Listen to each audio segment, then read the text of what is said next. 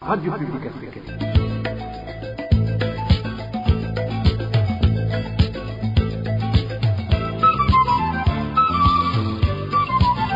Radio Publique Africaine.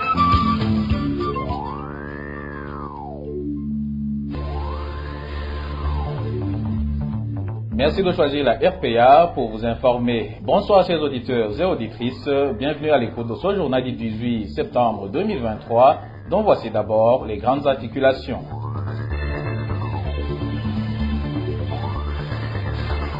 Douze jours sans aucune nouvelle de Désiré Sinda Igaya, fermier et vétérinaire de la zone Wulinga en commune Gihanga de la province Bubanza.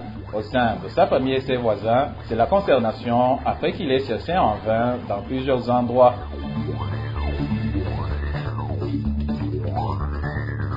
Dans ce journal, nous vous parlerons également de l'année scolaire 2023-2024 qui a débuté ce lundi avec des problèmes de manque d'enseignants qui s'observent toujours dans certaines localités. Vous entendrez aussi les indignations des commerçants burundais qui indiquent qu'ils rencontrent des difficultés d'obtention des crédits ces derniers jours au niveau des institutions financières. Voilà pour les titres. À la présentation, vous êtes avec Eloge Divin et Remecha. Dans quelques instants, les détails.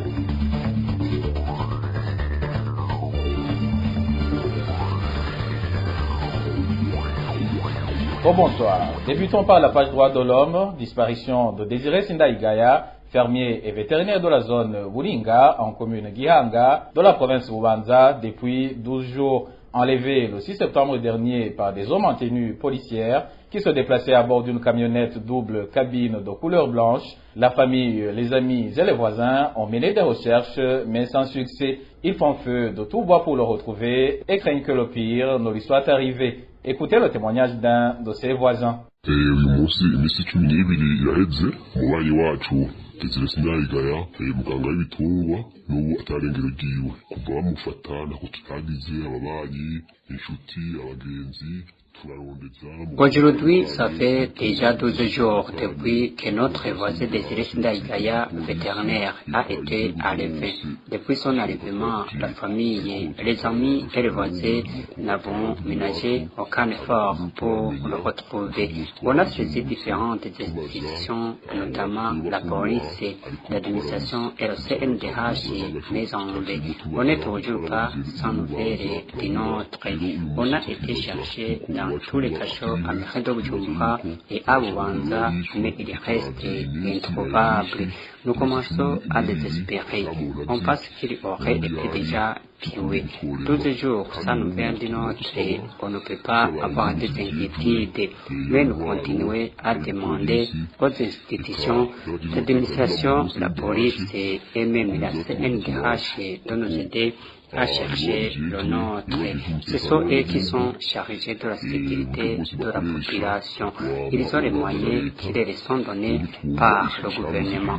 On ne comprend pas ce qui manque pour que nous puissions retrouver le nôtre. Cela est d'autant plus étonnant parce qu'il a été embarqué à bord d'un véhicule par déjà un uniforme policier. On se demande alors pour qui travaille cette police, pour qui travaille ces kidnappeurs. On ne cesse d'entendre le président interpeller la justice et la supplier de bien faire son travail. Alors, si l'on entend que quelqu'un a été enlevé par la police, on se demande pour qui il travaille, pour le président de la République, pour la population ou alors pour le gouvernement. Élément. ubutungane bukore neza rero turiko turumva nk'umuntu anyuze mu bwo buryo ari polisi yamutwaye tuca twibaza rero ati mbere ico polisi gikorera umukuru w'igihugu gikorera abanyagihugu bikorera leta y'u Burundi. Désespérés, ses voisins demandaient la synergie des institutions pour aider à le retrouver. Encore une fois, suivez l'un des voisins de Désiré Sinda Igaya. Mu kurangiza dutakamba twebwe abenegihugu bari Buringa. Pour terminer, nous, habitants de la zone Buringa, secteur réservé, nous demanderions à ce que l'on nous montre où se trouve le vétérinaire désiré. Quelles dispositions concernant l'administration, la police et la CNDH fassent tout pour que l'on retrouve désiré et s'il y a des accusations qui pèsent contre lui, qu'il soit traduit en justice.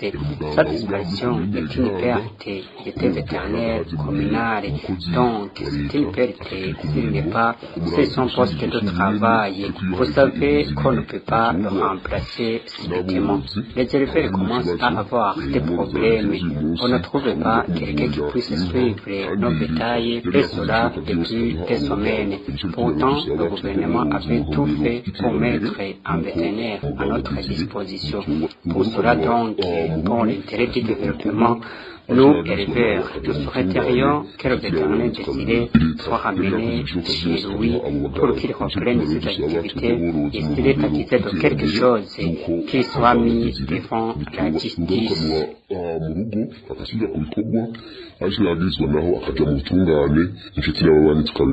Joint par la rédaction de la RPA, Léopold Ndaïsaba, administrateur de la commune Gihanga, s'est gardé de tout commentaire. Quant à Sixte Vigny Nimuraba, président de la CNIDH, son téléphone sonnait sans que personne ne décroche. Comme tous les lundis, place maintenant au bilan sécuritaire de la semaine écoulée. La rédaction de la RPA a pu répertorier 4 personnes assassinées dans 4 provinces du pays. Parmi ces victimes, 2 étaient des personnes âgées. Le point avec Eric Nyonzima. En province de Chibitoke, un homme qui n'a pas été identifié a été poignardé par la population de la localité appelée Gatwe, en zone d'Ava, commune Buganda de la province de Chibitoke, mercredi dernier. Nos sources à Buganda indiquent que la victime a été accusée de voler des avocats. Les auteurs du crime n'ont pas encore été identifiés. Mardi dernier, une vieille femme du nom de Jacqueline Naishaki, âgée de 75 ans, a été tuée décapitée par des hommes non encore identifiés à son domicile sur la colline Rugunga, en commune Gihanga, province Bubanza. Les malfaiteurs n'ont pas été connus. Des conflits fonciers seraient à l'origine de cet assassinat. 3 personnes ont été arrêtées par la police pour des réseaux d'enquête. Le même jour de mardi, une autre vieille femme a été tuée à l'aide d'Aru par sa propre fille sur la colline Ruganira, en commune Geogazi de la province Karuzi. Notre source à Geogazi indique que la victime était dans les activités champêtres avec sa fille. Selon toujours ces informations, l'auteur du crime souffre d'une maladie mentale et ce n'est pas la première fois car l'année passée, elle a tué son père à l'aide d'une roue au niveau de la tête. La dernière personne assassinée répertorié par la RPA et de la province Bururi. Il était veilleur au diocèse anglican de Matana. Il a été décapité par des malfaiteurs qui venaient pour voler dans ce diocèse. C'était lundi dernier. Ces bandits ont emporté du matériel informatique, y compris 5 ordinateurs. RPA. Page éducation à présent. L'année scolaire 2023-2024 a débuté dans tout le pays ce lundi 18 septembre 2023. Sur les parkings de bus se trouvant à mairie de Bujumbura où la RPA a pu passer, se remarquaient des élèves qui venaient prendre des bus pour se diriger vers l'intérieur du pays où se trouvent leurs écoles respectives. Au parking des bus desservant le sud du pays, les véhicules de transport étaient en nombre suffisant, ce qui a permis aux élèves d'arriver à temps. Suivez le témoignage de certains habitants qui se sont confiés à la RPA. Oui, les élèves sont en train de partir vers l'intérieur du pays. Seulement, à cause de la pauvreté, ils doivent négocier le prix du ticket de transport avec les chauffeurs des véhicules. Sinon, ils sont en train de partir rejoindre les écoles. Je trouve qu'il n'y a aucun problème. Tout se passe bien. Côté parking situé au nord de la mairie de Bujumbura, les individus rencontrés sur les lieux manifestaient aussi la joie. Actuellement, il y a plusieurs véhicules de transport. Les clients peuvent prendre le véhicule qu'ils veulent sans problème, car avant, il y avait ce problème de pénurie de carburant, mais à présent que le carburant est disponible sur certaines stations-service, les véhicules se rendent à l'intérieur du pays. Néanmoins, il se remarque une insuffisance d'enseignants au niveau de plusieurs écoles de la province d'Itega. Par conséquent, les parents doivent supporter le lourd fardeau de payer eux-mêmes les enseignants bénévoles. Du côté de ces enseignants bénévoles, ils indiquent que les salaires qu'ils perçoivent sont minimes et sollicitent l'intervention du gouvernement. Emmanuel Nyungeko nous fait le point. L'insuffisance des enseignants dans la province de Gitega ou ailleurs, que ce soit dans l'enseignement fondamental ou post-fondamental, n'est plus en secret et sera depuis plusieurs années. Pour faire face à cette situation, a été prise une mesure de recrutement des enseignants bénévoles payés par les parents. Chaque parent paie 1 000 francs par trimestre et par enfant. S'il a 5 enfants, il paye 5 000 francs par trimestre. Ainsi, beaucoup de parents se plaignent qu'il n'est pas facile pour eux d'avoir cet argent, d'où ils demandent à l'État de trouver une solution à ce problème. Quant aux enseignants bénévoles, ils révèlent que le montant qu'ils perçoivent en guise de prime d'encouragement est tellement insignifiant vu l'importance de leurs prestations combien estimable, c'est-à-dire qu'un enseignant bénévole touche autour de 80 000 francs par mois pour celui qui a le niveau universitaire et autour de 50 000 francs pour celui ayant le niveau inférieur. Ils demandent alors l'implication de l'État pour avoir quelques sous au moment où eux aussi sont au service du pays. La situation se présente ainsi au moment où certains directeurs d'école reprochent aux enseignants bénévoles de ne pas fournir d'efforts suffisants pour avoir un bon rendement scolaire. Selon ces chefs d'établissement scolaire, le gouvernement devrait chercher des moyens pour engager des enseignants suffisants. Toujours au chapitre éducation, mais cette fois-ci hors de nos frontières, les réfugiés burundais du camp de Lusenda situés en RDC font savoir qu'ils éprouvent d'énormes difficultés pour envoyer leurs enfants à l'école suite au manque de moyens. Et ces réfugiés doivent préciser que l'aide qu'ils recevaient avant de la part de certaines organisations de bienfaiteurs n'existait plus suite à la suspension de leurs activités dans ce camp. Les détails avec Elvis Niomungere. À l'est de la République démocratique du Congo, où se situe le camp des réfugiés burundais de Lusenda, la rentrée scolaire alliée lundi de la semaine dernière, le 11 septembre courant. Ces réfugiés indiquent qu'ils éprouvent d'énormes difficultés pour envoyer les enfants à l'école, étant donné que la plupart des organisations qui intervenaient dans ce secteur ont suspendu les activités dans ce camp, ce qui entraîne par conséquent l'abandon scolaire pour un grand nombre d'élèves, témoignent un de ces réfugiés qui s'est confié à la RPA. Ce n'est pas du tout facile pour envoyer les enfants à l'école parce que la vie devient de plus en plus chère. Pour nous qui sommes des réfugiés, c'est plus grave car on a même de la peine pour trouver de quoi manger. Payer le minerval et tous les frais scolaires devient alors un casse-tête pour la plupart des parents. C'est la raison pour laquelle on assiste aujourd'hui à un grand nombre d'abandons scolaires. Certains enfants vont chercher du travail sur le lac, auprès des pêcheurs, d'autres se lancent dans des activités champêtres, non pas parce que ces activités sont génératrices de revenus, mais parce qu'on n'a pas assez de moyens pour les racheter le matériel scolaire. Même certaines organisations humanitaires qui nous prêtaient main forte ont suspendu les activités dans ce camp. L'ONG Caritas, via son programme de l'éducation des filles pour un avenir meilleur et des femmes, a continué d'aider certaines filles dans l'enseignement des métiers. L'un de ces réfugiés de Lusenda cite quelques-uns de ces métiers. Les formations professionnelles dont bénéficient ces enfants sont notamment la fabrication de savons, la réparation des motos, la couture, la coiffure et la mécanique. Les bénéficiaires de cette formation professionnelle ont un avantage exceptionnel car, après la formation, elles sont octroyées d'un quai qui leur permettra de démarrer les activités génératrices de revenus. Par exemple, celles qui ont appris la fabrication de savons ont bénéficié d'un kit nécessaire pour commencer les activités. Celles qui ont appris la couture ont bénéficié des machines à coudre, des tissus et des fils. Au moment où celles qui ont appris comment faire la coiffe ont bénéficié des machines tondeuses, des plaques solaires, les casques et les mèches pour femmes. Ces réfugiés burundais du cadre Lusenda demandent aux autres organisations humanitaires de leur venir en aide afin que les enfants puissent continuer les études. Économie à présent, grogne de certains commerçants burundais qui sont lamentent de ne plus bénéficier de crédit au niveau des banques ou des microfinances. Selon ces commerçants, cette situation perturbe énormément leurs activités. Dani Claire, il la trouve. Certains commerçants font savoir que leurs activités vont mal au pays parce qu'ils ne trouvent plus facilement des crédits.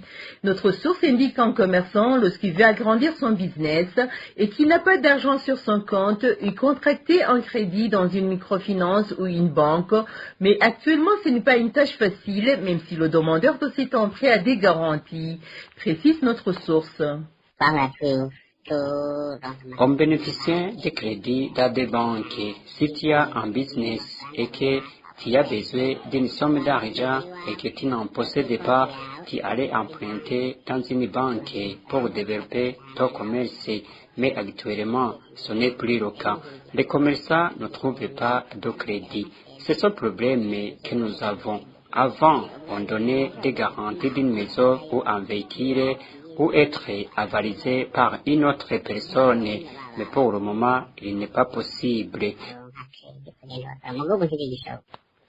Suite à ce problème d'octroi difficile de crédit, ces commerçants font savoir qu'ils ne peuvent pas bien vaquer à leurs activités comme leurs collègues des autres pays. Nous pensons que le problème a commencé à se manifester depuis qu'on a changé de billet. Il y a un manque d'argent. Mis à part le crédit, tu ne peux pas avoir ton argent qui se trouve sur ton compte. Pour les commerçants, tu ne peux pas avancer dans tes activités sans un crédit. Le commerce piétine. Si on regarde comment les commerçants des autres pays travaillent avec les banques, nous sommes très en arrière. Nous reculons au lieu d'avancer comme les autres. Il demande aux responsables des banques et microfinances de trouver solution à ce problème. Parlons à présent gouvernance où des rapatriés burundais qui s'étaient exilés en RDC ont fait un sit-in ce matin devant les bureaux de la commune Buganda en province Cibitoke. Ils étaient venus réclamer le paquet retour leur préparé par le HCR mais qui a été suspendu par le gouvernement. Marie-Ange Lakodze nous en dit plus. Ces rapatriés burundais qui faisaient un sit-in devant les bureaux de la commune Buganda ce matin étaient à peu près 230 familles. Selon les informations recueillies sur place, ces rapatriés seraient venus ce dimanche. Ils font savoir que le HCR leur avait donné un paquet retour, mais arrivés en province Cibitoke, ils ont été dépourvus de leurs biens, comme le témoigne l'un d'eux qui s'est confié à la RPA. Le HCR nous a bien accueillis. Il nous a informé d'une somme d'argent qu'on allait bénéficier de la nourriture et autre chose. On avait mis de côté ce qu'on a reçu et un ministre qu'on appelle Thérèse Martin a pris tout ce qu'on avait reçu. Dans le laps de temps, la police a tout pris. On est resté mais vide. Après, ils nous ont dit de monter dans le véhicule en direction de notre commune respective et ont précisé qu'ils ne vont rien nous donner. Ces rapatriés indiquent qu'ils ne savent pas à qui s'adresser pour être rétablis dans leurs droits, écrit Justice. Nous sommes dans la rue, on ne sait plus quoi faire. On s'est rendu chez l'administrateur de la commune Buganda, il nous a chassés, car on a fait que le monde entier entende nos cris. Le gouvernement burundais nous a détourné tout ce que le HCR nous avait donné. Ces Burundais se sont rapatriés en cette période de la rentrée scolaire pour que leurs enfants puissent aller à l'école comme tant d'autres. Mais pour le moment, ils ne savent plus quoi faire car ils sont dans la rue, leurs enfants n'iront pas à l'école. Ce qui nous a plus étonnés, on ne nous a pas accueillis comme d'autres rapatriés. Nous sommes venus avec nos enfants, sachant qu'ils iront à l'école comme d'autres enfants. Par exemple, moi je venais de passer plus de 4 ans. J'ai eu des enfants, certains n'ont pas d'attestation de naissance.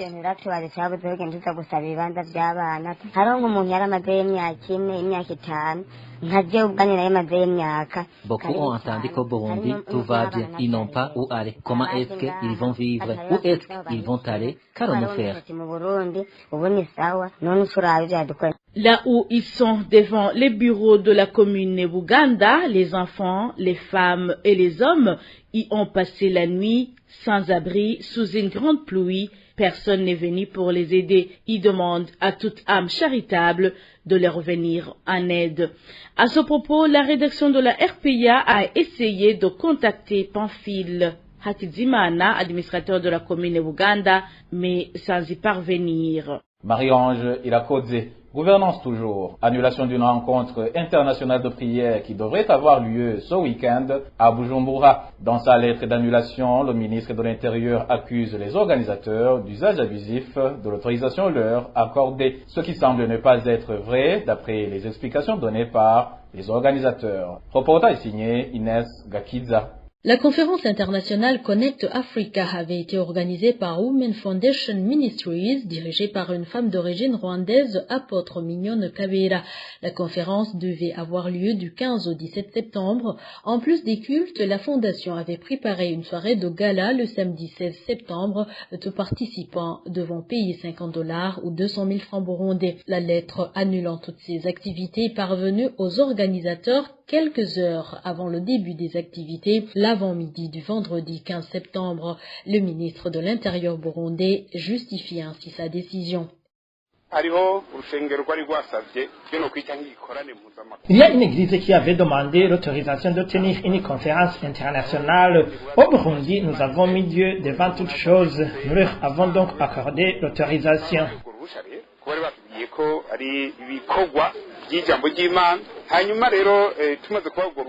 Et ils ont commencé à collecter de l'argent pour une soirée de gala. Pourtant, ils n'avaient pas demandé l'autorisation d'organiser cette soirée. L'autorisation que nous leur avons donnée leur a servi de clé pour collecter cet argent.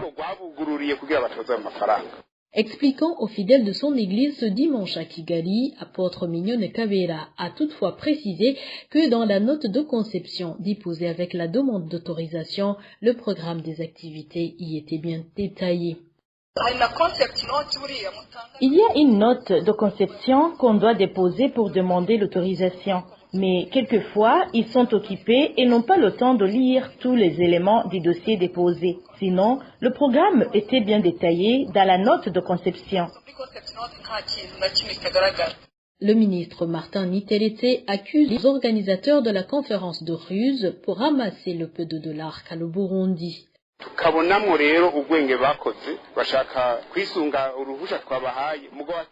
Cela a été une ruse. Ils voulaient collecter le peu de dollars que nous détenons des Framboux aussi. Si c'était des gens de bonne foi, ils nous auraient fait part de leur idée d'organiser la soirée et on aurait trouvé un consensus. Mais ce n'est pas permis de collecter de l'argent. Les églises ont pour mission première de prêcher la parole de Dieu, mais pas de collecter de l'argent.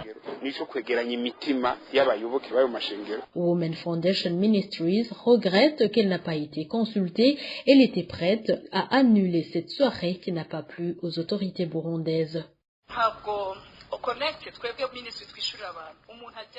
Toute personne qui participe à cette conférence Connect Africa prend en charge toutes ses dépenses. Il participe donc des personnes qui en sont capables.